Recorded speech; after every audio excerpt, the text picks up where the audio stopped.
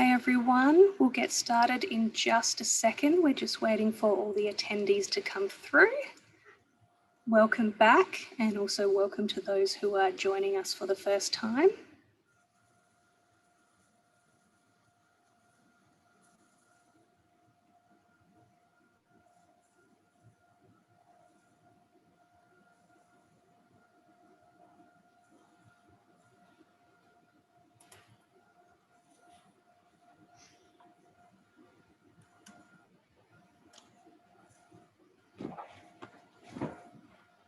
I hope everyone had a good lunch break, depending on the time that it was in your institution.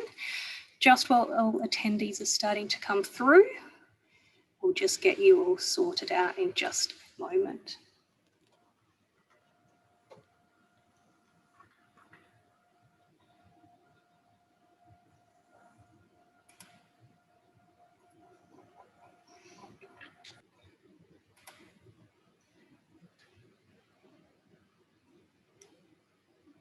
Okay, so I think we might make a start.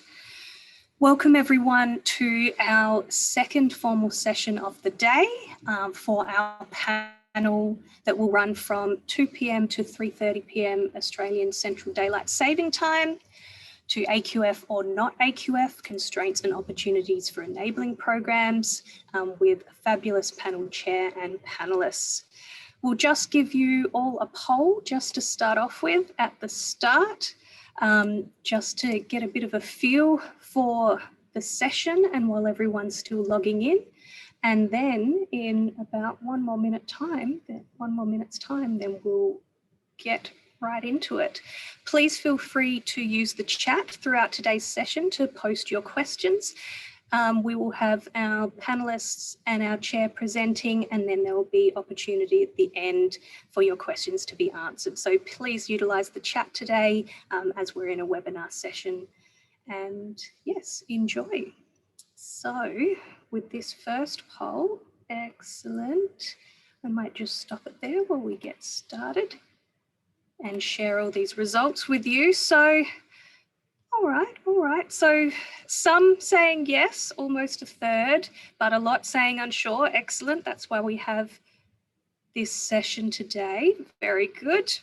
And then I've just got one more question as well to then ask you. Just end that and just relaunch polling. Question number 2. This one here, just to get a bit of a feel for the session, and people might not be sure, hence why they're here in this session. Excellent, fabulous to see. We've got around 51 participants and around 10 more attendees, so around 60 of us. Excellent. All right. Okay. And, oh, okay. Quite a lot with yes and some with unsure. All right, I'll stop sharing. Thank you all for joining in on our quick polls. And without further ado, I will give it to Sally.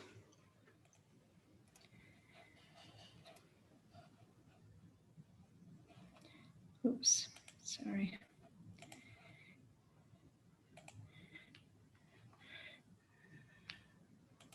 Right, so thank you everyone for that, and I'm really excited by the poll results.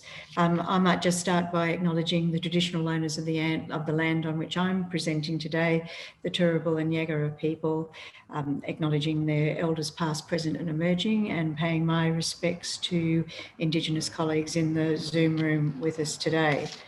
So there's the topic of the conversation. Our wonderful panel, we have 2 very good colleagues. Associate Professor Sharon King is the Dean of Programs for the University of South Australia College Education Futures, with over 25 years of experience in higher education, and Sharon's led numerous teaching and learning grants as Chief Investigator, investigating student transition and academic practice.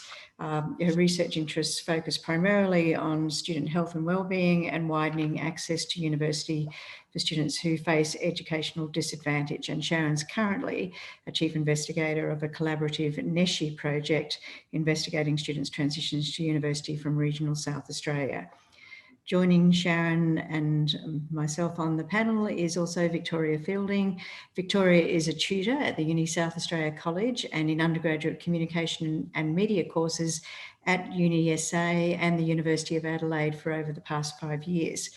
Victoria's completed a PhD in communication and media at the University of South Australia and has a background in communication practice and studies the intersection of communication and media framing, and the influence of political narratives on news frames. Victoria has a strong sense of social justice, and I know she's passionate about the opportunity of enabling programs for students in the wider community.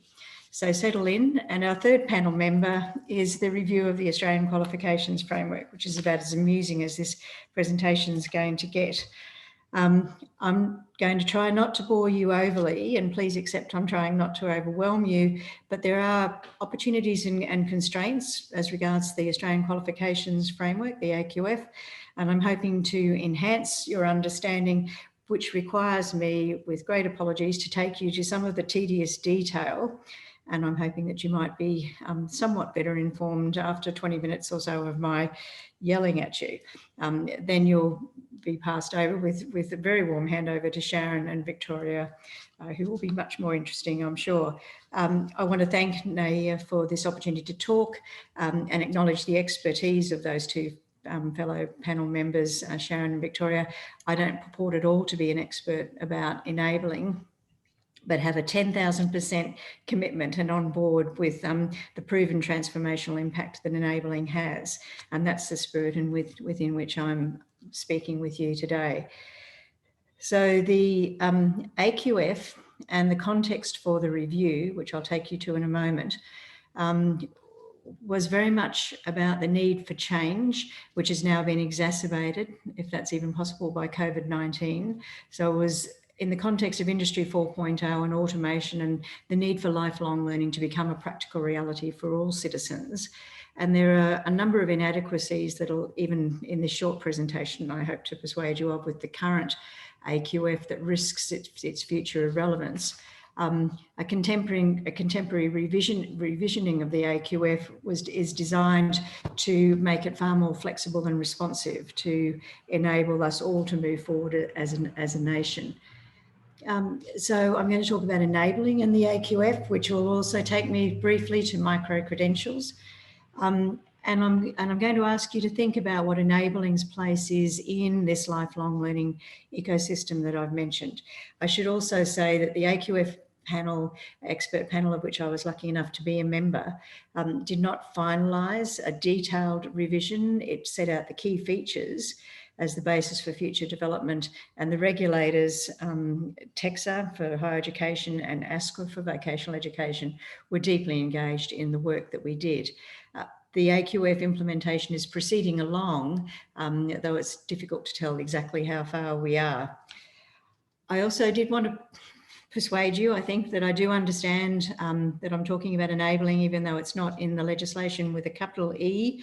That's the way I kept referring to it on the AQF panel, and that it does not include a course leading to a higher education award, which is something we might be lucky enough to have to grapple with if we proceed down this path.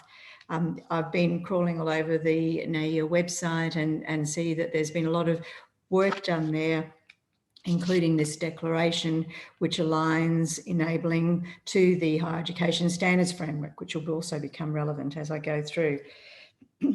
So the AQF, fascinating subject, specifies features and requirements for formal qualification types. It also has guidance on pathways, credit and recognition of prior learning. It's directly linked to the regulatory standards for both, so that's the Higher Education Standards Framework and the standards for registered training organisations, RTOs. It doesn't prescribe the content of individual qualifications nor how they're used, but sets the framework for that. So the AQF is intended to be a tool for qualification design that's linked to learning outcomes developed for individual qualification types. It was established in 1995 as a relatively simple framework, had several revisions, most particularly in 2013. And then this review that I'm now going to take you to was commissioned in July 2018, commenced in October of that year, and was completed 30 September 2019, a lifetime ago, I think. The report was released by government in October 2019, and government accepted all of the recommendations for higher education and the aims of the recommendations for vocational education, because they need the state's approval, given that vocational education is a state remit, and they needed to go through the Education Council and the Skills Council of COAG, Council of Australian Governments, which have now, of course, has been replaced by the National Cabinet. So who knows? I also wanted to just set the frame by talking about enabling and policy machinations. Even I found this hard to remember. I do remember the first dot point, that the enabling is not recognised in the current AQF, which is why we're all here for this next hour and a half. But enabling as a qualification and as a transformational opportunity is extremely vulnerable. And we almost lost it, for those that can recall, in the Birmingham deregulation push. Under the Job Ready Graduates package, the new Indigenous Regional and Low SES Attainment Fund, I'm going to try it, ILSAF, seeks to combine the Higher Education Participation Partnership Program, the HEP money, regional loading and enabling loading, and various other elements of the National Institute grants. For the next 3 years, the money will flow to institutions on the current basis, under the current guidelines, but there's a transition period, and ILSAF is to fund universities to support now not just low SES students, but Indigenous students for 10%, low SES students for 45%, and regional students for 45%. And I make that point because you might like to think in your own context what the split amongst your own enabling cohorts are, given that enabling money goes now into this ILSAF, and that's the way it's to be distributed. The government's going to work with the sector on the design for ILSAF. I've taken all this off the government site for the model to kick in at 2024. And, you know, it's both an opportunity and potentially an issue that ILSAF will allow universities to use their funding more flexibly. So my point would be, when it goes all into this intermingled pool, we're going to have to keep an eye on what it's being used for. The other policy machination, which has been a couple of years in the making, is this one-way traffic for in enabling terms about shifting load. It's being shifted out of enabling. Institutions can shift their load out of enabling, but once it's shifted, it's my understanding they can't shift it back, and you certainly can't give yourself greater load for enabling. This is all very much the remit of Andrew Norton, and I know tomorrow Nadine Zacharias is talking with Andrew and Deanna Grant-Smith. Andrew's written this brilliant blog post on Can Enabling Courses Survive? And if you haven't gone to have a look at that, I would encourage you to do so, and encourage you to engage deeply with the conversation tomorrow on this subject. So what can I say? It's complex and multifaceted, the reform of the AQF. There's apparently the brief summation of it. I'm going to come back to this at the end. If I could just draw your attention to two matters in particular, just to get us started. The first, on the left-hand side, is that under the current AQF, short form credentials are not recognised. Under the proposed AQF, we had recommended that there be guidance for credit and alignment to AQF bands of shorter form credentials, including micro credentials. So that's where all this hype about micro credentials comes from. It's relevant also to enabling, in the sense that given enabling didn't have an obvious place to be discussed within the review, it was positioned with the short form credentials discussion, which you might like to think about also. The second matter, just to quickly draw your initial attention to, is that the Senior Secondary Certificate of Education, the SSCE, under the current AQF is standalone, which means it's not aligned to one or more AQF levels. It's a separate qualification type. We didn't recommend that be changed. It stays, our recommendation is that it stays as a separate qualification type, not aligned to band, but that the pathway opportunities out of the SSCE into tertiary be emphasised. So we proposed a slightly different definition. Now, if I can just try again to try to take this through to a little bit more granular detail. The current AQF, and if you've escaped without ever having to look at it, and I congratulate you, and you probably should shut your eyes now. Under the current AQF, a qualification must consider both the level descriptor, and there are 10 levels that proceed from a Certificate 1 in vocational education to a PhD, a doctorate at level 10. So it's a taxonomy in increasing complexity across levels. And a qualification must also consider itself to be within one of the 14 qualification types. And the descriptors for both of those, the levels and the qualification types, are confusingly similar, but not the same. So if you were designing a new diploma, you would have to look at the level 5, which is the diploma level descriptors, and also at the diploma descriptors. I just draw your attention also to the Senior Secondary Certificate of Education, which sits here as a qualification type, not aligned to any of these levels. It's why there's 14 qualifications and only 10 levels. There's another series of qualifications all at the level 8, for example, the bachelor degrees, a bachelor honour degree, the graduate certificate and the graduate diploma. So that's the current AQF. The current AQF has only 2 explicit tiers also, which is one of its great downfalls. So it talks about knowledge, skills, and the application of knowledge and skills, but not in a very consistent way. So what's missing is this second tier, which identifies what exactly are the focus areas under knowledge, what are the focus areas under skills, so that they could be taxonomically, which is a word I think I just invented, developed. So under the 10 levels, you would say that each of the skills has 10 levels. So from a Certificate 1 to a PhD at level 10, skills would develop in lockstep with knowledge and in lockstep with the application of knowledge and skills. You might tell I'm warming up to something. So let me take you then to what we proposed, because given that missing second piece, the revised contemporary AQF, if we do say so ourselves, again looked for knowledge, skills and application, we called it, instead of application of knowledge and skills.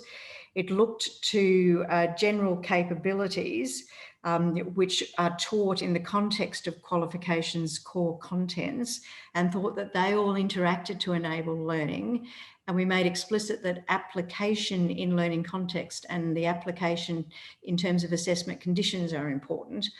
But we thought it critical to say what each of those 3 domains of knowledge, skills and application actually were, and then wanted to make sure that the current, what we have as 10 levels in the descriptors, that there was sufficient detail to differentiate learning progression across the levels. And we sought to insist that the number of levels be determined only by how many genuine distinctions can be made. And we were hoping to make it more useful for AQF users, and not requiring that all levels be locked to progressing together. And I'm going to show you what that means. So we thought that this would enable closer attention and more accurate qualification design. So there's the integration of, this is my favourite picture in the whole world from the AQF review. I know I need to get out. Integration of knowledge, skills and general capabilities. I really like this intertwining. And when I said we were identifying what the focus areas under each of these 3 domains were, we've made explicit, which isn't explicit in the current AQF, what the focus areas are. So you can see them there. And these were identified, and it's a useful thing, isn't it? Thinking about how you might identify from research what attributes might be required for the world of work that can be taught, learnt and assessed. And there are the general capabilities. We talk about language learning and numeracy skills, core skills for work and digital literacy. The panel added in the ethical decision making. A lot of this work was done by the Australian Council for Educational Research. And there's, you can see application applies in the context of this interweaving, certified by assessment. Now, bear with me on this, because this is a critical piece to try to understand. This is the emphasis about the fact that at present, there are 10 levels, both in terms of level descriptors and there are 14 qualifications. So the allegation, to use my lawyer language, that's made is that you can sensibly find 10 differentiating levels across any of these areas. The very useful advice we got from ASA, and I think we would know it for ourselves, is it's just there simply aren't enough words in the language to make that 10 level distinction. So we've recommended that the focus areas for knowledge, which are ideas to inform action, be applied over 8 bands, 8 levels, 8 bands. Skills, we could only really see extending out to 6 bands. So thinking about what self-management skills were, we could only see 6 levels of gradation.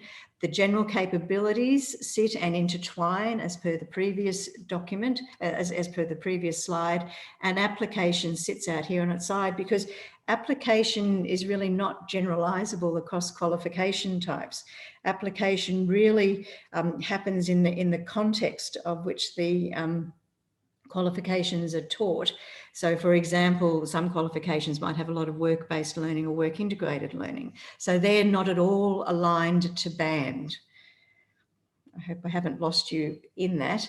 The taxonomy is but one job of the AQF, and what we were particularly keen to do was try and put that mechanistic piece, clarify it and get it defensible and principled, but put it to one side. So that's done, tick. The big piece is to think about the rules for allocating those descriptor levels to qualification types, and we identified 2 options, which I'll take you to in a moment. And then we describe, so think if we were describing enabling, then we describe enabling as a qualification type with knowledge, skills, and attribute descriptors using the rules. I'll take you to that. And that enables this diversity and flexibility, which reflects the reality of each qualification. So think of this, if enabling was a qualification, we describe enabling not in a taxonomic way, by reference to the purpose of the qualification type, the descriptors of the focus areas within each domain. So which of those under knowledge, skills, and general capabilities would we be seeking to develop, and how would application be developed? In terms of a volume of learning in hours, that was another recommended change. The entry requirements, and then it may still be open access. Flags, not relevant for this point, but you can see why flags might be relevant. So for example, a bachelor honours degree is a research flag because it's a research qualification, as for example also is a doctorate, and then the nomenclature for the qualification type. So enabling, or in enabling education. And there are some examples in the document. So again, this is what the current AQF does. No flexibility in terms of the level or the qualification type, which both have to be considered. And as I said, are confusingly the same or different. So everything works in lockstep. And just to try and get you in that zone, which was the example that Peter Noonan, the chair of the panel, was very keen to make, I think at my expense, given my law background. The reason why it's probably not appropriate that everything, knowledge, skills, and application always move in lockstep is, for example, a level 5 diploma air traffic controller probably has a greater degree of autonomy in terms of planes crashing into each other than a level 7 or 9 graduate with a law degree, who is in supervised practice, essentially. So they don't, all this doesn't proceed necessarily in lockstep. So what we were suggesting with the 8 bands for knowledge and the 6 bands for skills were 2 possible options. And we didn't settle on this, but it was just to example what is possible. And this, this could actually help considerably when we're thinking about what an enabling qualification brought within a revised AQF might look like. The first option was specify exact descriptors. So you would say to design your new diploma qualification, you had to take all of level 5 or band 5 from knowledge, but you might take a band 4 in skills, For self-management, psychomotor might not even be relevant. Problem solving might be a band 3. So we would set those rules in terms of the qualification design. Applications out here being all very free thinking on its own, and it comes in as relevant to the qualification. The second option, which I think gives us enormous scope for enabling, might be you specify a range of bands. So rather than, as in the previous option, only having all level 5 for knowledge, you might have a range of bands for knowledge. Similarly, a range of bands for skills, and application still out here being its free thinking self. Very happy to try and discuss this with you further if you found that completely incomprehensible, and I apologise for it if that is the case. The other thing that I think is quite useful in the enabling discussion is to look at how the Senior Secondary Certificate of Education was set out in pictorial form, visually, which is sort of not a law thing, in terms of its non-alignment to band. And this is one of the reasons why the Senior Secondary Certificate is a qualification type, but not aligned to band, which is where you may want to position enabling. Because the Senior Secondary Certificate can include or provide pathways to anything from a Certificate 1 through Certificate 2, 3, 4, through a diploma. That was a new qualification type. We recommended a higher diploma, but put that to one side. And you know, high school students can come in and do level 7 bachelor degree subjects. So the Senior Secondary Certificate, not aligned at band, but sort of relevant to all of those different band qualification types. Now, NAEEA put in 2 submissions to the Australian Qualifications Expert Panel.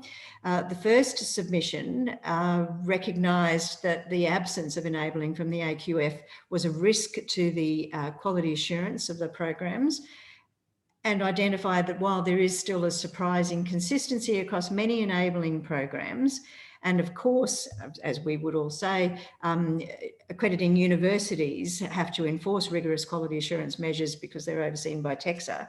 The lack of a framework leaves them vulnerable to quality risks. Inclusion on the framework would also address concerns around transparency and portability of enabling program achievements, and the portability in particular was a persuasive point for the panel. But for a variety of reasons that I've attempted to summarise, and perhaps you might like to go and look at the NAEEA submission, which is on the AQF review webpage, didn't think that it should come within the AQF.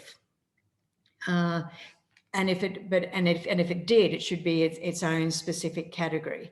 And on the question of which level, if it was to be forced, the point was very clearly and cogently made that the level could match a range of outcomes. At level 4, which is the Certificate 4, which is governed by the ASCA and the vocational education space. Level 5, a diploma. Level 6, an associate degree. And who knows, it could even be higher. A number of other submissions to the review from individual institutions recommended alignment of enabling at a specific qualification level. In the main, level 6 was recommended, and a smaller number of qualifications suggested that enabling should be left outside the AQF. Following the receipt of that submission, the Chair, Peter Noonan, and I met with the executive of NAEEA, and a second submission was put in. We asked this question, is there a case for a more consistent approach? And is there potential for common learning outcomes that could be defined at the exit point to assist in recognition and transferability? And the second NAEEA submission agreed that there was a case for a more consistent approach, which could provide a benchmark. And there was the possibility for a consistent approach to common learning outcomes, which enables recognition and transferability. They were concerned if the alignment was to be at a specific levels within the AQF, because that might remove flexibility. And they recommended in their submission that there be alignment between enabling and the Higher Education Standards Framework, which you have already done. And I saw that on your website in that declaration document. that it have its own qualification type descriptor, similar to that senior secondary certificate of education, spread across potentially, you know, which is not aligned but could speak to a number of levels. And ultimately that it did favour the inclusion of the enabling projects program subject to various qualifications. So that was very helpful. So this, again, I just take you back to this attempt to summarise. So rather than two sets of learning outcomes, only one set was recommended. The qualification types be the focus rather than the levels, which is the current. Everyone talks now about level 7, level 9, but really all that matters to employers and to students and makes sense in terms of our discussions with government is it's a bachelor level qualification, and the levels needs to sit in the background. So a range of other things there. So I want to assure you that the AQF review, and with Peter Noonan as chair, how could it be otherwise, had very strong equity underpinnings, concern about widening participation, concern about making lifelong learning a practical reality.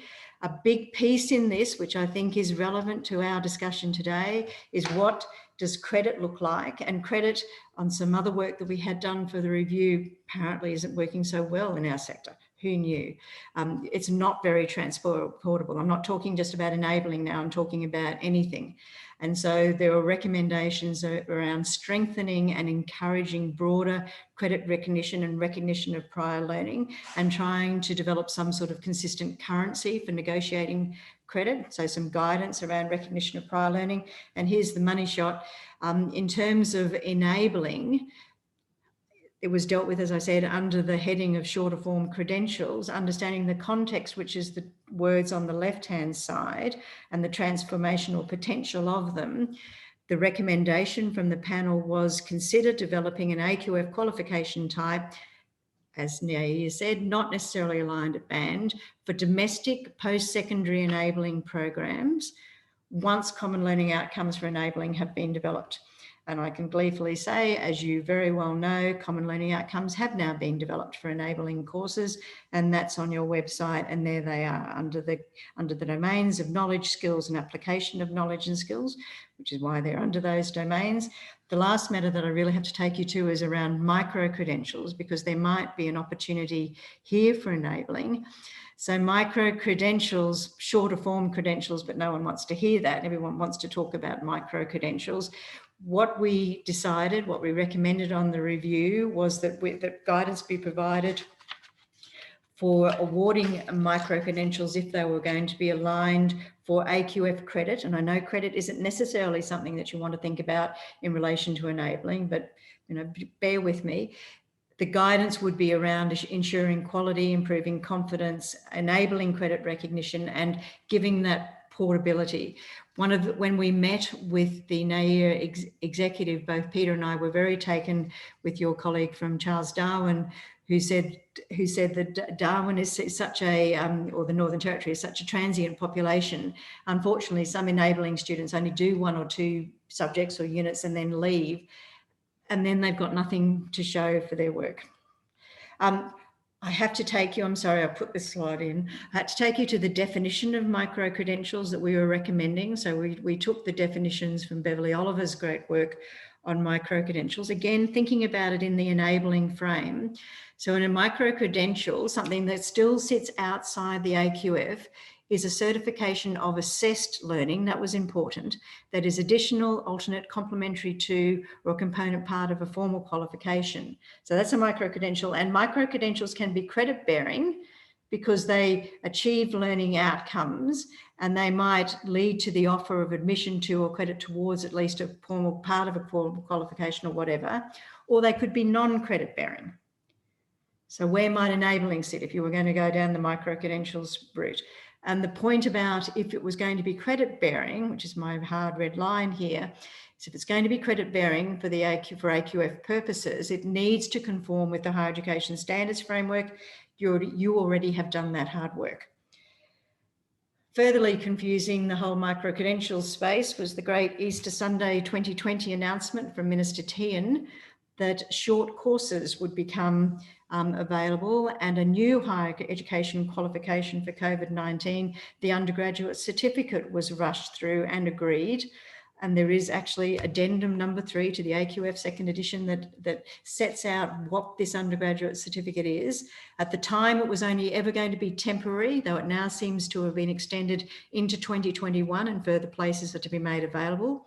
It was a 6-month online discounted course in priority areas that could only run from 6 months from May 2020 on. As I said, now it looks like it's going to be extended into 2021. It certifies completion towards an existing AQF qualification, which enabling might not, and it was largely embraced by the sector, a huge number of courses.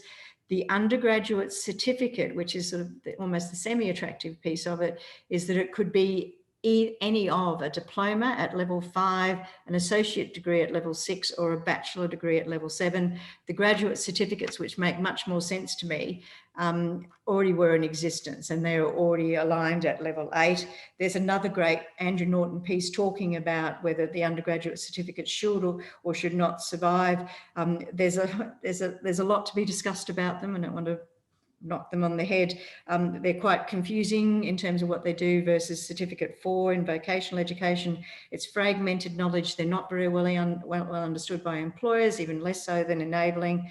And who knows how long they will last, and they're also for credit. The last matter, and this caused me to think when I put this slide in, where does enabling sit in the lifelong learning ecosystem? I'm assuming that you would say it's over here. So if we think about lifelong learning, we think about post-secondary, enabling probably sits over here, and then we have this absolutely parity of esteem, which is what we're all headed towards, of vocational education and higher education and potentially combined qualifications. So where does enabling sit? And then you've got this lifelong upskilling, reskilling thing that's going to go on, where you'll see short courses or micro credentials or continuing professional development are in the mix. But as is free do-it-yourself upskilling off the interweb, experience from learning integrated work or on-the-job training. So where does, and I think we're going to have to be able to articulate this, where does enabling sit in that grander scheme? And of course, you need good careers advising and a lifelong learning record and credit recognition, prior learning, recognition of prior experience enabled. Some sacred cows just to leave you with, and there's a picture of sacred cows. I see this is about the only place where it gets slightly funny again. Sacred cows now in the shadow, I'm afraid, of Job Ready Graduates Package and ILSAF. So do you want, should it be that enabling is AQF aligned at level or not? Could it be an undergraduate certificate? But, there's a lot of things wrong with the undergraduate certificate and we don't know how permanent they're going to be. Could enabling be a micro-credential? Should it be, all of it be a micro-credential, or just part of it, so that the Darwin student who leaves having completed 2 units has something to show? What about credit and portability? The AQF review panel talked about domestic post-secondary, you know, because we didn't want to go into trespass into the international space, and the visibility of enabling in a very crowded space. And I just wanted to slightly scare you by pointing your attention to foundation skills for your future. The Australian government is providing not a huge amount of money, but significant in most people's terms, 62.4 million over 4 years to support eligible Australians develop their language literacy, numeracy and digital literacy skills so that they can undertake further education and training, remain in employment or change jobs. These are free, accredited or non-accredited training. They're flexible training options for eligible participants. Off the website, it says aimed at up to Certificate 2 level. And they're already being provided by approved service providers, some of which, are likely suspects and others which perhaps not so. So you've got enabling trying to do something somewhat similar, but I've just taken one example here of what's a lot. So I'll hand you now over to Sharon, and hope that wasn't as bad as it sounded in my head. Thanks so much, Sally. That was fantastic. And I must admit, I've really enjoyed hearing that summary of the whole part of enabling. I've never really, enabling and where it might fit in the AQF banner of things. It's always been a complicated space to try and unpick. So that was really, really valuable for all of us, I'm sure. I am just about to go to my screen share to see if I can come up with my slides, which are actually overlapping with yours a little bit. So it'll be interesting to see where we go to. So is it going to flick to slideshow? Come on. Beautiful. So I sort of took Sally's slides of To AQF or not To AQF and the constraints and opportunities for enabling. And it's really is so where to next for all of us. And I think we're in a very interesting time. I think that's a Chinese saying, wasn't it? That it was good to live in interesting times. But we are in a very unusual place and we don't know where we're going to land, even supposedly by the end of this year where we thought we knew where we were going to be ending up. It's been a hard year for multiple reasons. So I think we do need to start focusing on some of these critical issues. So where are we heading to? As we know with the job ready graduates, there's a whole lot of things coming through. And as Andrew Norton's wonderful blog has said, are we going to be able to survive as an enabling programs? Are enabled courses going to continue on? So what we do know, I suppose, and again, building on what Sally has already said, is a lot of the government's intention, supposedly in this new reform, is to encourage us that greater focus on learning outcomes and movement of resources towards accredited qualifications that are certainly transferable to other institutions. Now, some of our enabling programs already have that capacity in it. We don't have necessarily accredited qualifications because they're all situated as non-award, but we have great diversity across our sector within all of the universities that now offer enabling. So we've got courses that can be as short as 6 weeks and others that are going for a year or more. So there is huge diversity across that place. The other big review, which was about the new arrangements for the Commonwealth supported places. And as you all know, and Sally has mentioned before, the unis supposedly now have the flexibility. So the government has put it down to universities themselves. They have now flexibility to redistribute their allocated CSP funding from enabling to sub-bachelor degrees or up to the postgraduate level. And between the sub-bachelor and postgraduate level and vice versa. So those two areas. But as we know, we can't move any of our sub-bachelor places or postgraduate coursework places down to the enabling. So there is supposedly a soft barrier. It's a pretty hard barrier, and you ask me, but there is no longer an opportunity to be able to increase our enabling load via our CSP funded places. So it's really the government's idea with that was Anthea and said to the sector was really is preventing that transfer of CSPs into enabling was intended to encourage further development of accredited pathway qualifications. Now we've had lots of backwards and forwardsing between the various areas, and I know the sector widely has been lobbying the government to try to understand where we're heading to. A NAEEA executive have been meeting with Kent Anderson and other senior advisors to the minister. And Ken Anderson certainly met with the NAEEA executive on the 2nd of July and reassured them that enabling education is seen as a cornerstone of a successful higher education system, which was reassuring on some levels. And he did keep on enforcing the notion that nothing is more transformative in higher education than what enabling does. And we know from the stories from the students this morning and probably from all of our own experiences of working with the students, we know how much enabling transforms lives for those students, but not only for those students, it's also for their families, it's also for the communities they live and work in, and really for our whole society much more broadly. So we've had 40 years plus of knowing that enabling has that potential and that possibility. So there are a whole lot of underlying issues. And so I think it's a bit of like unpacking the hidden curriculum. So what is really behind these moves and where are we heading to? Now we are in a livable government state.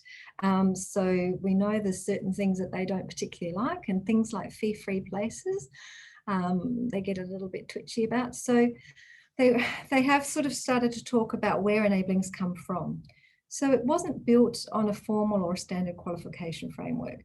And as I've already mentioned, we've already had this huge diversity of enabling programs across the sector. I know each of our states has very varied types and typologies of enabling programs. And we don't necessarily have formal benchmarking or quality assurance measures in place that are standard that we're reporting to regularly to the federal government. We have got a lot of informal ones, and I know that we're going to extend a lot of that benchmarking that's been happening in the Queensland sector, and that's been really, really valuable work. And I think we need to be reinforcing some of that. The other thing that's coming through as a messaging is they're taking a sort of supposedly a student-centred perspective, and to some degrees this is really true, because enabling is problematic for students that can devote a whole year of work and not finish it completely and therefore end up with no formal qualification. Or, as Sally was just saying, that student in the Darwin University experience, Charles Darwin, where they don't have any transferable credits, so they can't necessarily take part of their program and use it in another institution. So part of the issue is enabling stuck in the history of its normal, original formation? I think we've probably all got a view on that, but that is a posed question. So just reiterating again of where we're heading to. So the goals of these new reforms are really to supposedly reform and modernise our sector. They're talking very strongly about streamlining entry via diagnostic testing. I know some institutions already use some form of diagnostic to, not necessarily as a barrier, most don't use it as a barrier at the moment, but most use it as a guide to putting students into the courses that will most benefit them, or the subject alignments, so that if they need more substantial maths preparation before they go into their undergraduate degree, they get that. Or if they have more literacy areas that need building up, then we give them that. But certainly I think diagnostics of students' needs before they come in is going to be one of those factors on the play in the future.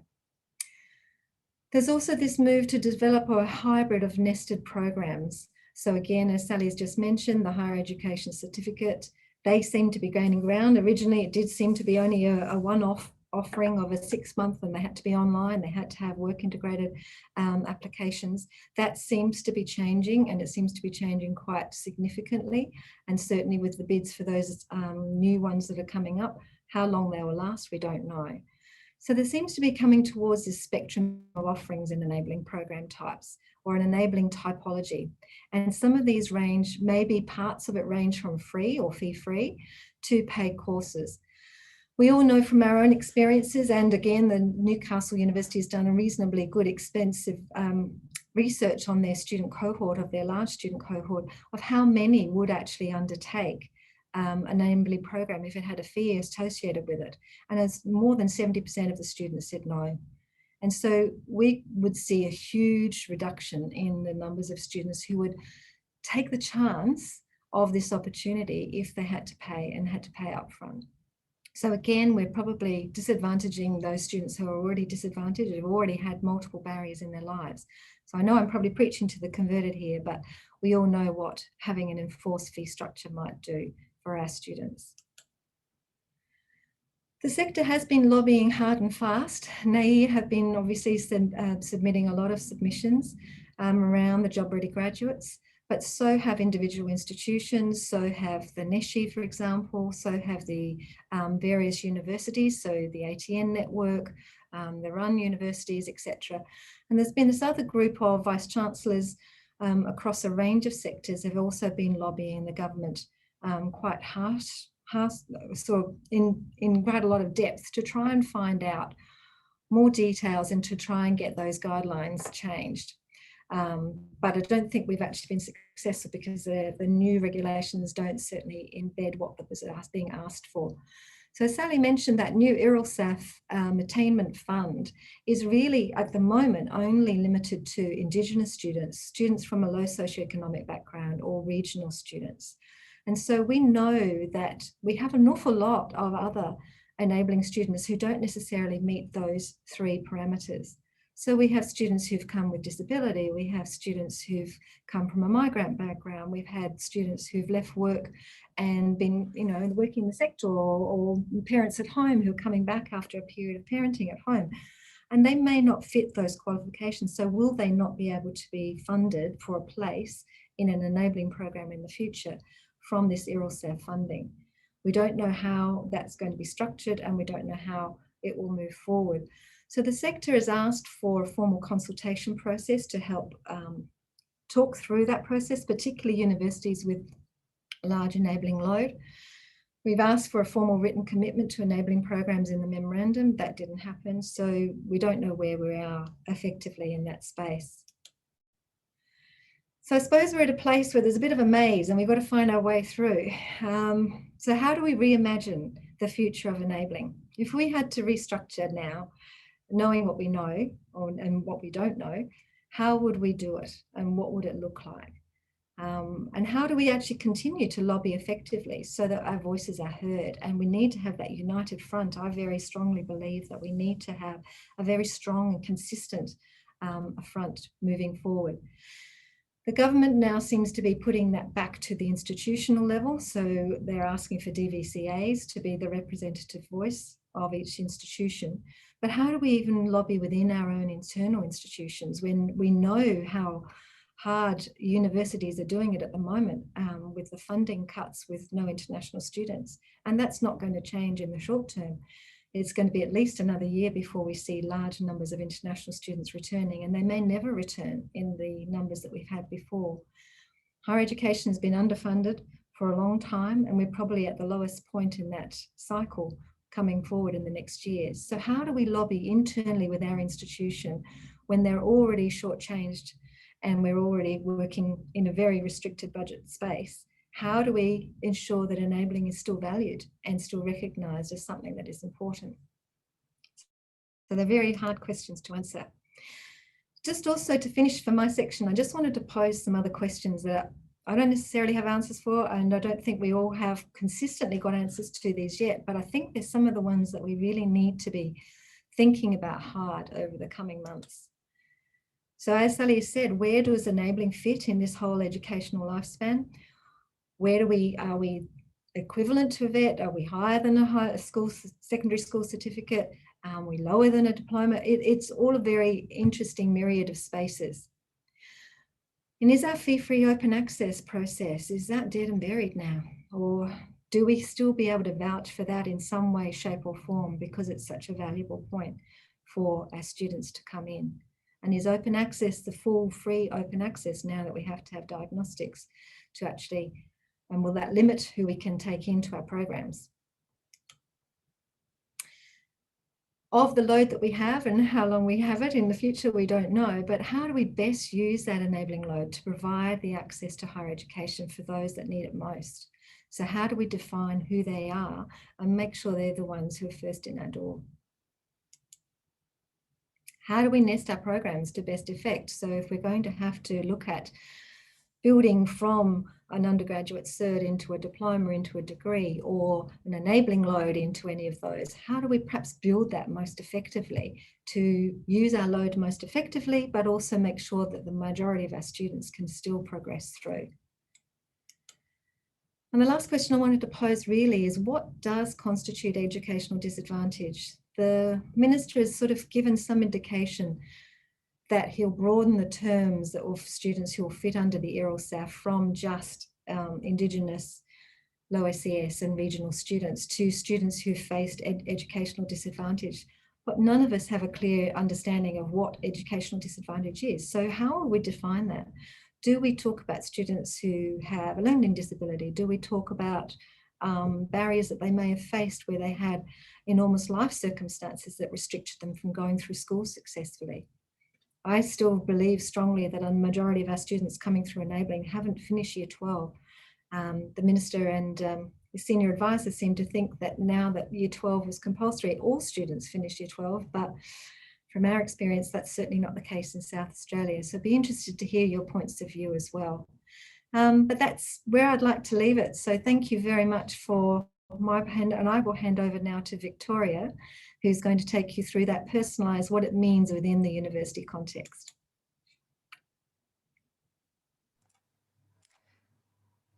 Thank you very much, for having me on the panel today. I'd like to thank Sharon and Sally because it's incredibly inspiring to be working with people who have achieved so much in your careers and are so passionate about what you do. So I wanted to share my PowerPoint with you now. Just a bit of context about who I am. So I am just in the final, hopefully, months of the PhD and have been teaching at UniSA College and in undergraduate courses at UniSA and Adelaide Uni for the last 5 years.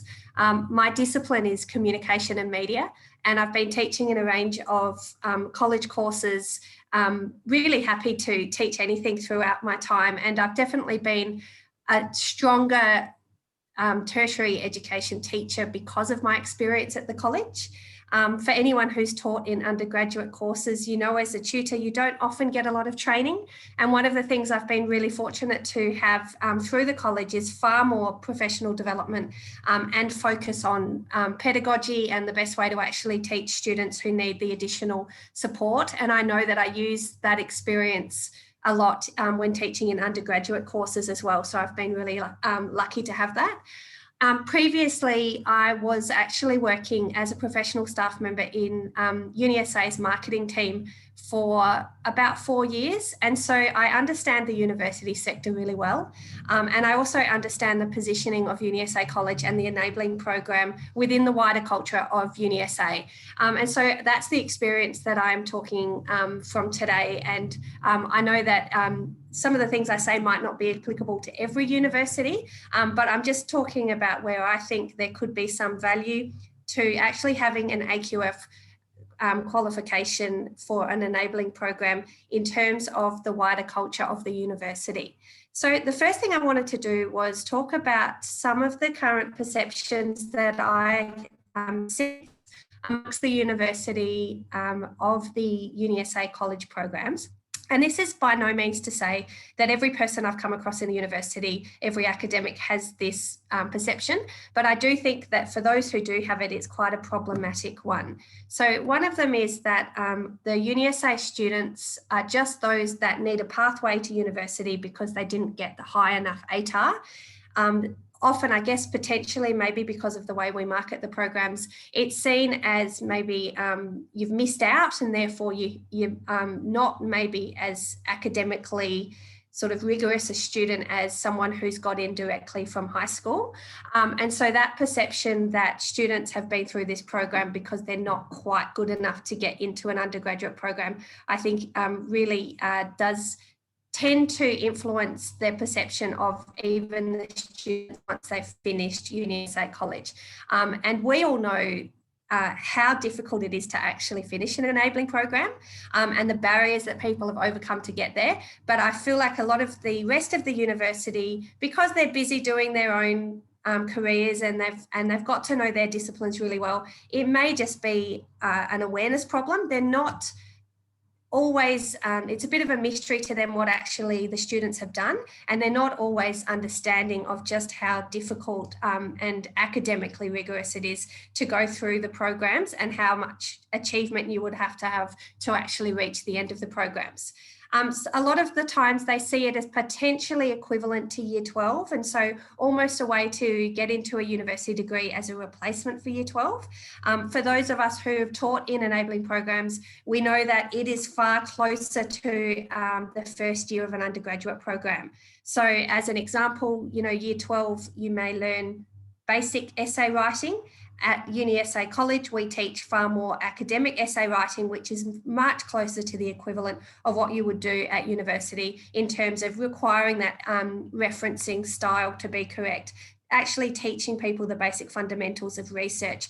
These are things that you don't get in year 12 that our enabling students have, that the students who've come direct, no matter how high their ATAR, haven't got those skills. For this reason, I have heard, unfortunately, some terrible comments about the college students being less qualified for the limited places in a course than those with higher ATARs. So anecdotally, I've heard someone in a STEM field say, we don't want to lower the ATAR too much and we don't want to give too many places to students from alternative pathways, which is sort of code for enabling, because it makes it much more difficult for them once they get to the degree. So there's this perception that once they've finished enabling, they're still not going to be up at the standard that these academics would potentially like their students to be. There's a little bit of snobbery around that as well, where it's seen as, you're not quite as worthy if you haven't got the ATAR in year 12. And we know that there are a million different reasons why a student who has the ability hasn't actually got that ATAR. And a lot of that has to do with equity and disadvantage as well. And so for that reason, I think that too many of the academics, particularly in courses with really high ATARs, see it might be more difficult to teach someone who's been through an alternative pathway, which is sad in a way, because I actually find that the students that come through the college often are much more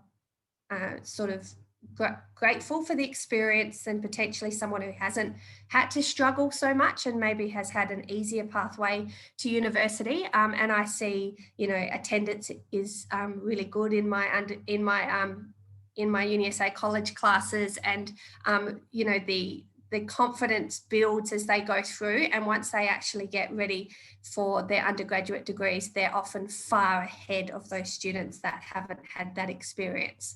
So I guess in my perfect world, the academics in undergraduate programs, rather than having this sort of entitlement saying it's not the students I want from the enabling programs, they would have much more of an idea of how we actually teach at the college. They would have a much better idea of the attainment of these students and what they've actually achieved to graduate with a GPA, whether it be the 1-year program or the 2-year diploma. And ideally, I would love to hear more of our academics from across the university actually putting their hand up and saying, can we please have more college students, because they are so prepared and they are so ready for university. And one of the things I think that could help with that problem is actually defining through an AQF qualification, speaking the language of the university sector and actually saying, look, they've got the equivalent of this. And so this is actually far higher than just year 12. It's far more academic. There is a lot of courses within the college, which really I would can attest to, having taught across both, are at the same level as an undergraduate degree. So really should have equivalent and potentially even credit pathways. So having that sort of reputation of college attainment, I think would be actually really good for the students themselves as well. I think sometimes there's a sense, I have taught college students who've graduated, some of them want to sing it from the rooftops. Others don't mention that they've been through the college and they want to fit in maybe with the rest of the students who've come straight from school, and they just, they prefer to just say, yeah, no, I just made it there. But I would love people to feel really proud and to talk about the qualification they've had, and to be able to sort of give it a name that other people could understand a little bit more about what they've done.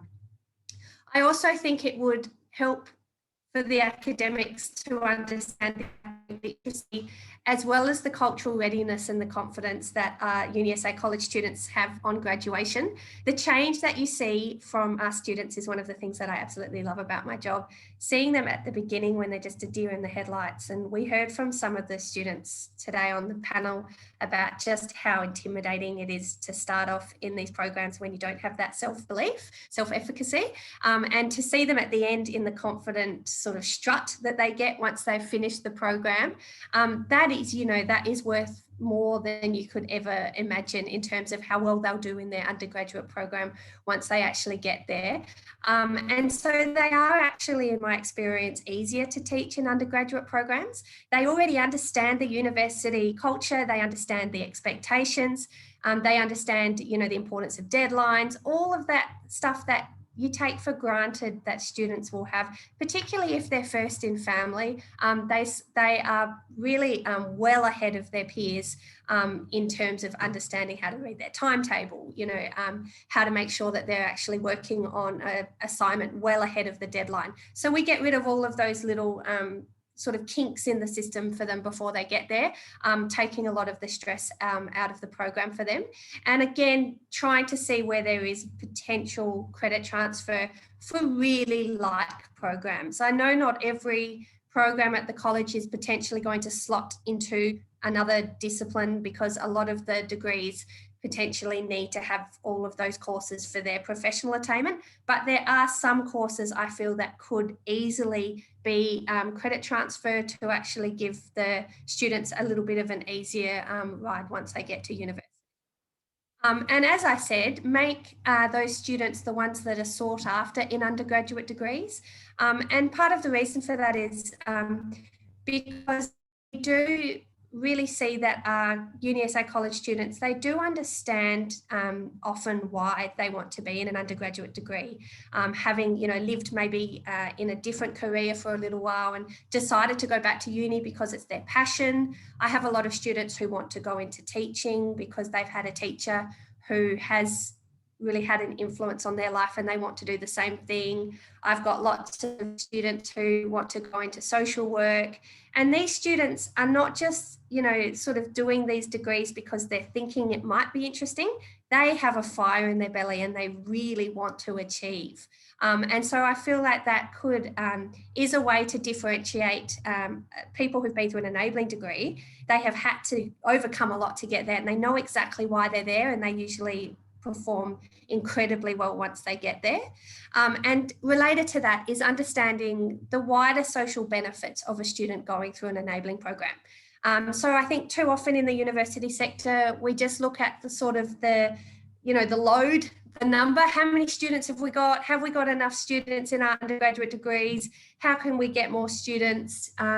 We don't often think about the impact of an enabling program on the students' wider societal impact, the actual community benefits of having people who have really built that belief in themselves and they want to go out and make a difference in the community.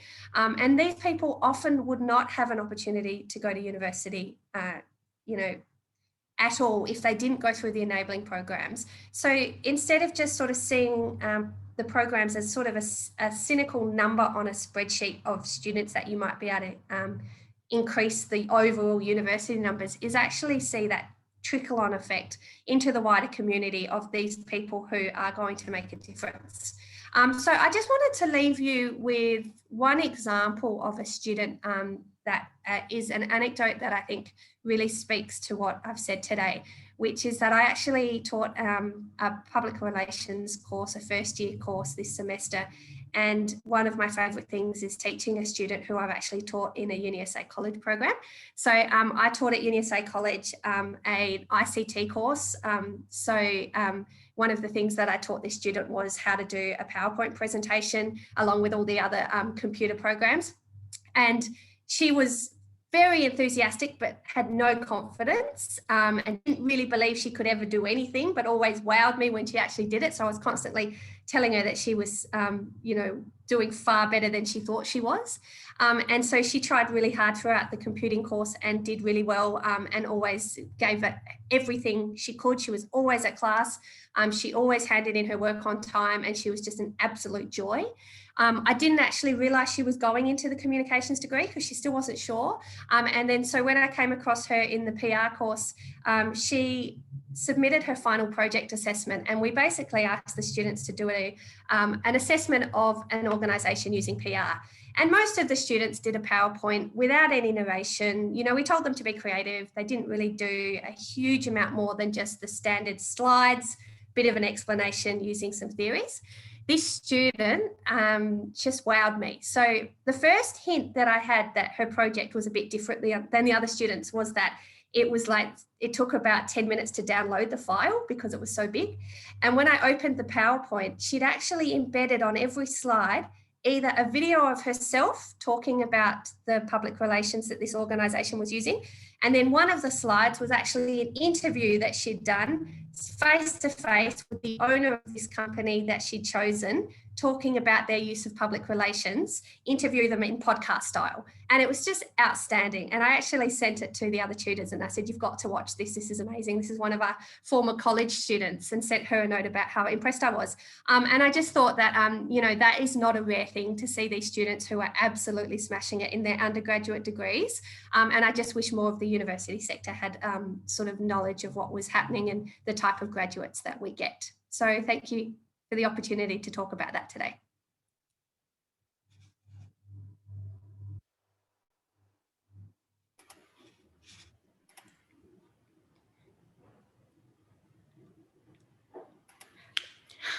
So my video has been spotlighted for everyone, so that's confounding.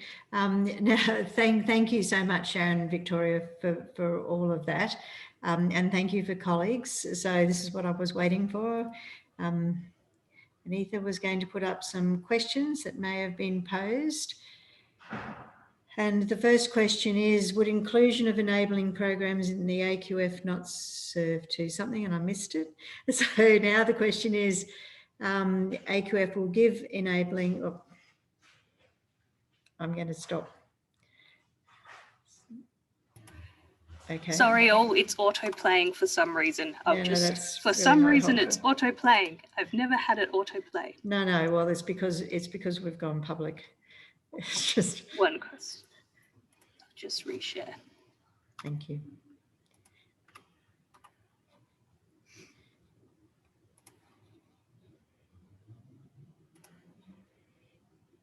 And just to anticipate, we're going to ask you again at the end of the session. So I saw that, I'm sorry, I took a photo of it so that I wouldn't have to remember, and now I've managed to forget.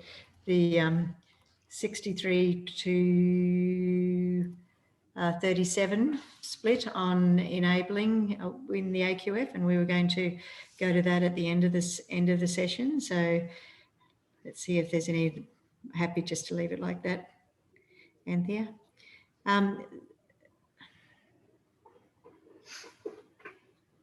All right, this is the question. Would inclusion of enabling programs in the AQF not serve as a means of making the programs more visible?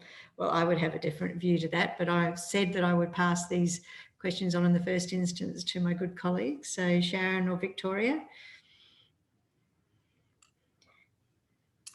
Thanks, Sally. I think there is some benefit that might actually make our enabling programs more visible. And like Victoria was just talking about, certainly within the university, for other academics who don't always understand our programs and the pathways, I think it may help to consolidate that. And I think also to the wider public too. I really don't think the wider public necessarily always recognise the pathways that are possible. I know whenever we have our university open days, invariably when you're talking to people, they say, oh, I've never heard of this before, or you're talking to the parents of the child and then, I'd really like to do that as well, you know. So it is, we still don't perhaps market ourselves as widely as we perhaps could. I think areas like Newcastle maybe have been there for 40 years, probably have a better understanding in their local area, but other programs maybe not so much. I suppose I would endorse that. I always remember the great Mary Kelly saying, giving me advice when I was interested in first year experience, if you can get things into policy, there's a whole new sweep of guardians that look after things for you. So I'd take Mary Kelly's word for that as well. So AQF will give enabling the recognition it deserves. Unfortunately, many universities still do not value the significant impact of enabling courses on student success. What can be done to change this? So Victoria, you were speaking to this. I think actually a little bit more just demystifying which of your students actually have been through the college. So, you know, as an undergraduate, you get a student list each year, but you don't know unless they tell you that what their pathway actually was. But if we actually told, you know, the academic, both the course coordinators and the tutors, look, you've got these 5 students who came through the college, so, you know, watch out for them, and they're going to have had this experience. It would help the dialogue. You could actually chat to them about that. It wouldn't just be when you just happen across people. So just naming it is really, I think, is some way, go a long way to actually not making it such a mystery to people in the university. I think that's a great response. And we're supposed to be data intelligent institutions, and under, I'm going to revert to the Higher Education Standards Framework, we are required to track our students via pathway entry. The fact that these students, and we know from the very rich research that NAEEA and NESHI and others have done and funded, these students are just as, if not more, successful. And so it's making that obvious, visible, explicit, and celebrating that success and how that might be done perhaps a bit more agentically. And for the community, and Victoria, I'm glad you took us there, and for the politicians. So I'm very much loving the idea of the letter to the Prime Minister from some of our fabulous enabling students. Is the narratives here, like the last story that you told and the student panel, are just so rich. Absolutely. So what do you see the benefits of enabling being included in the AQF, or what are the risks for enabling if it does not become recognised in the AQF? Well, it's currently not recognised, and at the risk of answering a question, one of the confounding factors of the implementation of the AQF review was, as I attempted to say in one of my 6,000 slides with my 70,000 words, we've made these recommendations. They needed to have been implemented. Part of the implementation to firm them up was the constitution of an AQF governance body. Now, the ministers managed to get the undergraduate certificate through with an agreement with the states, but we have no mechanism for the moment. So we've got some practical hurdles to overcome. But having said which, the fact that the undergraduate certificate did get through so well, with very good intent, I might leave it at that. It sort of reeks of possibility for us. But the benefits, Sharon and or Victoria, of it being included? Again, I think what you were referring to about Mary Kelly's statement, it does make it a recognised part of the of policy. And so therefore there will be national benchmarking, there will be reports done, and institutions will have to report on it. So therefore they'll be looking at that data more intrinsically and more cogently, probably. And certainly our internal data, and I know most other institutions in the enabling sector, our students do as well as, if not better. And that's consistently shown over multiple places now. So the students do well in undergraduate because they have got that base preparation of those academic literacies that are, and they understand the curriculum, they understand the context of the university, they understand those areas. And they're often, because they've had to fight to get to where they have, they've got that motivation that Victoria talked about. They are not in there just checking it out to see if they want to do it. They really have fought to get there often, so they have got that intrinsic motivation. Most often they, you know, may have more complex lives and they have other barriers they have to overcome, but they certainly go from there. There's a new question. No, and when you, and so before we get to the diagnostic question, when we think about, you know, the COVID environment and the need for all citizens to up and reskill, including the enabling cohorts, I think we're talking a much broader percentage of the population, and which is why I put that foundations skills piece up. I mean, it's not that people haven't thought that language learning, numeracy and digital literacy, and you might have seen in the corner of the slide, if you hadn't blinked at that time, there is a digital literacy framework that's been developed in April 2020. So, you know, we're now talking LLND. You know, it's enabling could absolutely fill that particular, I don't want to say it's a, you know, need, that's a better word than void, which is what I was going to go with, that particular need for the population, and it's how do we elevate the profile. But anyway, we've got this curly question, which I'm not going to go anywhere near. How would a compulsory diagnostic on entry for all programs change the shape of enabling? That's an interesting one. Yeah, there's a lot of debate about this one, I think, and a lot of contentions about it as well, because as soon as it becomes a barrier in some ways in and of itself, as soon as you, even though we might word them in all sorts of nice language, that it's an enrolment tour or an assistance and whatever, students know that it's actually a test. So in some ways, if it's a compulsory diagnostic that's forced on the area, and it may be then centrally derived, and it'll probably get derived by ACE or somewhere like that, I think it would have some fairly major impacts on shaping enabling. And it also may have, certainly to the open access, it will have some major impacts. The way we use it in UniSA, we do have a form of diagnostic, but it is really to just guide where students go to. So we have multiple levels of literacy courses. So we use that as a tool to get them into that. And the same for our numeracy courses, our maths courses, we use it. So it isn't intended as a barrier. I think a compulsory diagnostic that is maybe enforced on the sector may have that outcome of being a significant hurdle and a significant barrier for a number of our enabling students. So it will change it.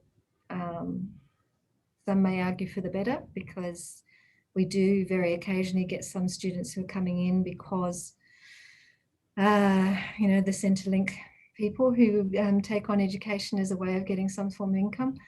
I tend to think that that number of those students who are doing it for that reason are very, very small. Yeah. So I'll leave it to other people to answer that one, but it is a contentious issue. Victoria, I'm not sure if you heard anything. Yeah, I was going to say that I think it would cause a major barrier because of just the low confidence at the start. Anything that made them think I'm not good enough, just even sitting down and doing that test, I think would be off-putting for a lot of my students. I think the first assignment in their first semester is the hardest in whatever course it is. And waiting for the result. And so you've already had them for a couple of weeks before you do that. So doing it earlier, I think, would be a major, like, you know, what our last panelist today, the girl who's doing the PhD, I'm sorry, I forget her name. She, you know, she described a scene where she would not have sat down and done that test. And she's now, you know, outstanding scholar. So that, I think that speaks for itself. It's probably raising awareness around what enabling is and the benefits of it, because I think that still, it goes back to our original both challenge and opportunity. I don't think it's well understood at all. So here's a poll that Anthea has put up for us. If it was to be set at an AQF level, we're not saying that it should be. It's multiple choice, so you can go your hardest. What AQF level did you think? And as I said, we had a number of submissions where AQF levels to the AQF review, where AQF levels were nominated. And I do understand that enabling can be anything from, I'll probably get the number wrong, 2 to 4 weeks to 2 years. And so that's part of the challenge. And one of the comments has been we need an option where it sits outside the AQF. Well, the last one is I don't agree it should be aligned with the AQF. So I assume that you might choose that.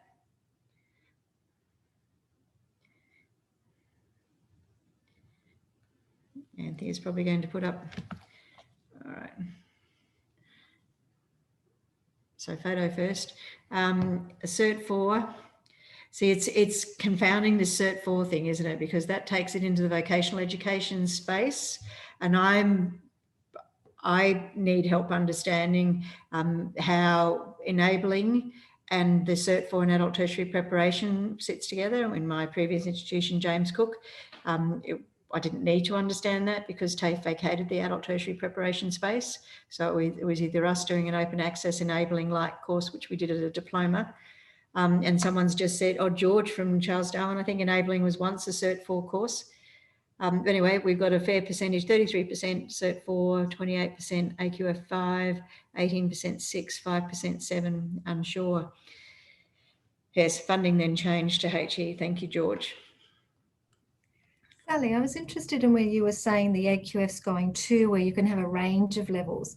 And again, to me, that would make sense for enabling, because where you might start a student might be lower, but where you finish them is closer to a degree. So really, over the period of the program, they would range from, you know, maybe a 4 up to a 7.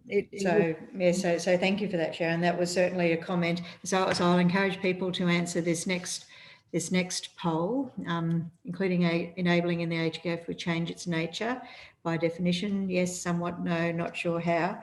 But to go back to Sharon's comment to me, this was part of our discussion, Peter Noonan and my discussion with the NAEEA executive around how it would be helpful to have the outcome statement.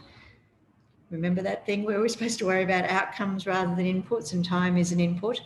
So there might be other ways to get to that. and the senior secondary certificate does present an opportunity there, or precedent, I suppose, to use law language, about what might be possible. In case anyone was in any doubt. Oh yes, what have we got here? We change the nature.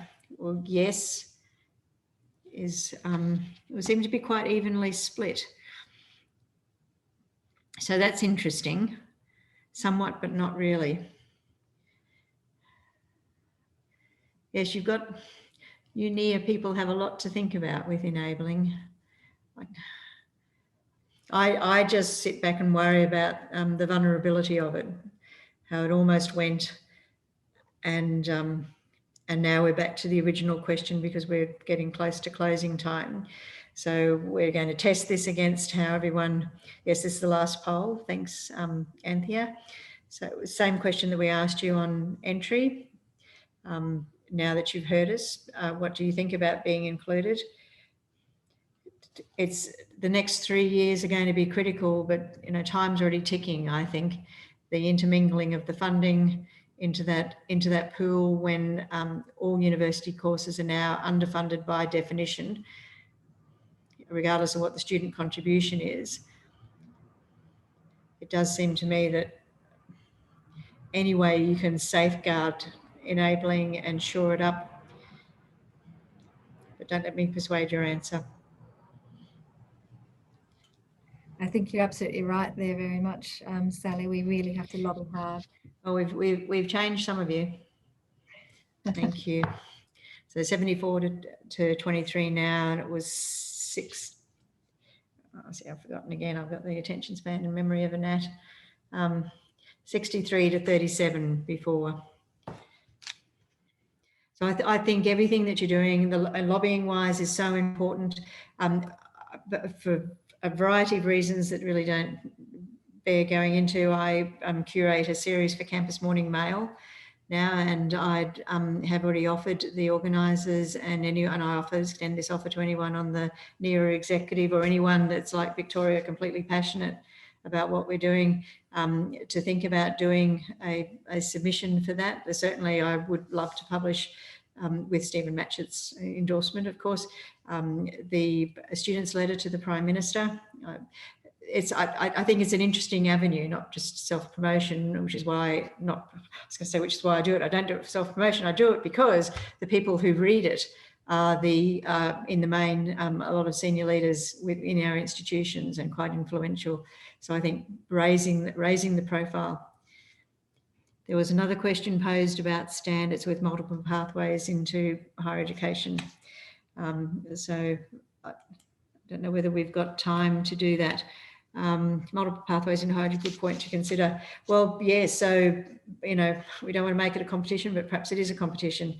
I think you've already got wonderful evidence, very robust evidence that the students that come through enabling are as successful, if not even more so. And certainly, as Victoria's drawn out for us, I think more resilient and determined, and assured of their motivation and their commitment and dedication to studying. Yes, thanks, Karen. I like the idea of the Campus Morning Mail publishing the letter to the Prime Minister. We might even get the Prime Minister to read it. Who knows if he's not busy building a chook house. That just lost me a lot of votes, I'm sure.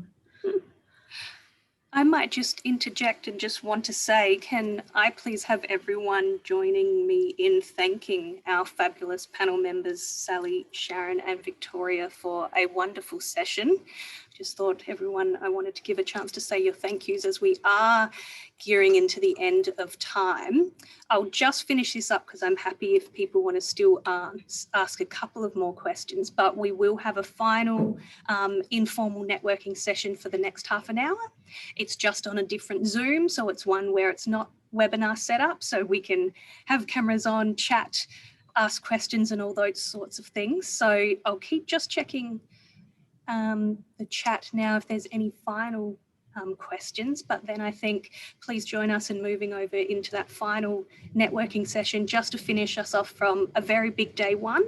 And myself and Sarah look forward to seeing you all in our sessions tomorrow, and we'll start with a welcome at 11:30 again tomorrow morning, Australian Central Daylight Saving Time. Thanks, everyone. Wonderful. Thank you all. So yeah, enjoy the afternoon, enjoy our last networking session, and we will see you all online for this last half an hour chat if you'd like to join us.